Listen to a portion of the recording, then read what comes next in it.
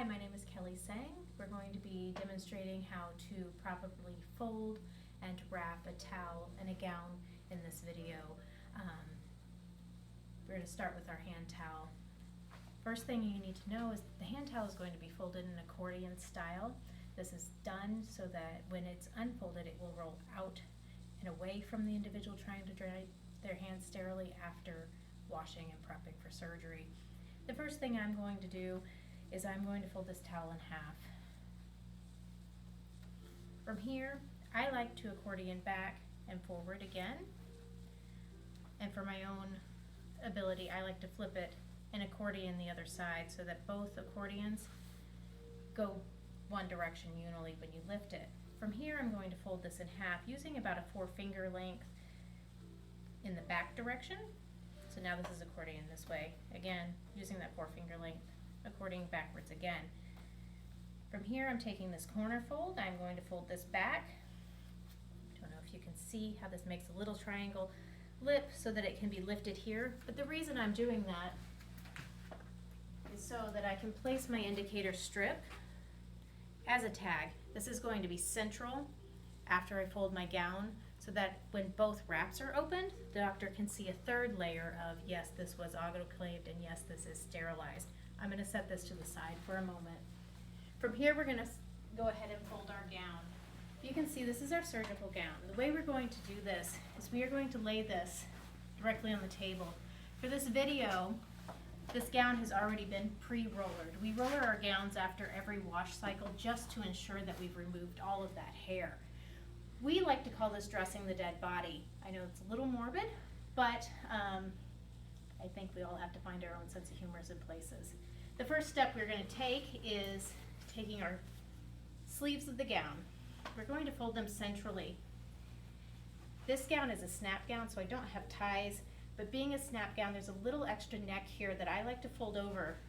Once we're done, I'll explain why. This is going to lay flat here. We're going to then come to this side, do the same thing with this arm.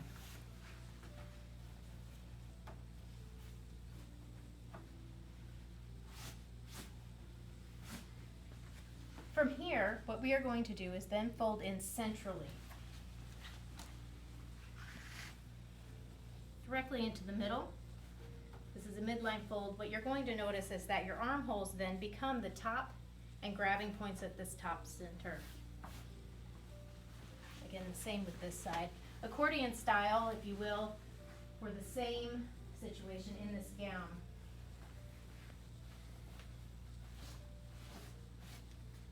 From here, I'm going to do one more central fold. We're leaving this so that those armholes will be at the neck level. Now, folding it in half again. What you'll notice when I did those neck holds is that when I lift this, this will be at the top. It will fold up and those armholes will be directly slide in.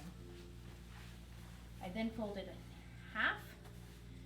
Again, using about a hand's length, 4 fingers. My hands are a little smaller than average. We go back over and over accordion again. That makes this neck my grabbing point so that both hands can slide in.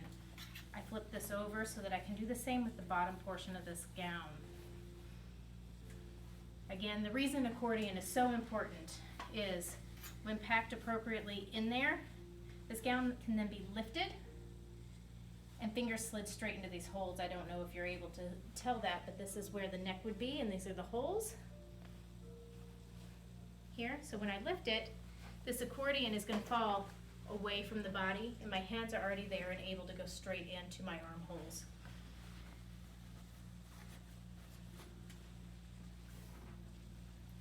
We place our hand towel for drying directly on top with our indicator strip. This gown and towel pack is then ready to be prepped and wrapped for the autoclaving. We use double layered cloth drapes here. If you're teaching someone to do this, as I would be doing with a new employee here, I teach them to put their cloth drapes in a diamond shaped pattern because it really does make the layout understanding much simpler. Place your gown and towel and indicator strip directly central. The top layer over, and you kind of make this triangle top, okay? If you have extras that hangs over, create a flap right here. This allows for a hand hold to be able to open this later. From here, you're going to take your side. Again, creating this triangle, folding your flap face over, so you then have a pull tab again. This is kind of a repeat process, I realize that. Folding over again. From here, some people like to spin this around and tuck it. I find that harder on my fingers. I go directly across and I tuck directly in. We call this a single layer pack, okay? As you can see, my pack stays shut, it's not gonna fall open, things like that. The next step is going to be to put an indicator strip on this layer of the pack. This is autoclavable tape, so when it's properly autoclaved, the lines in this tape will turn black. This is not holding this shut, this just simply is an indicator to state what this is. From here, basically what you want to do is make sure your pull tab is not going to end up in the same direction as your second layering. Otherwise you could grab one and end up opening the both. That is not okay. Flip your package. You're now facing this way. Again, central in your diamond. Folding over with your tab.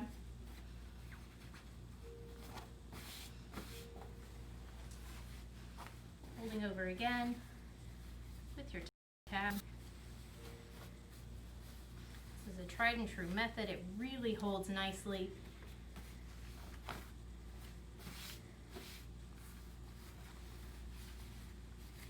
Because you created your pouch again, but this is a different direction. So if I grab here, I'm not going to grab the tongue that's on this side.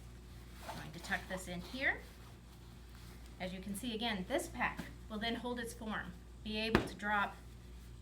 Everything inside will stay sterile. We're going to use another piece of indicator tape. Again, this is to hold your pack closed. This is to show what this is. This indicator tape again is autoclavable. These lines will turn black. It states that this is a gown and tail pack dated 6/5/2020 and initialed by me, Kelly, who wrapped the pack. Thank you. We'll be wrapping other things shortly.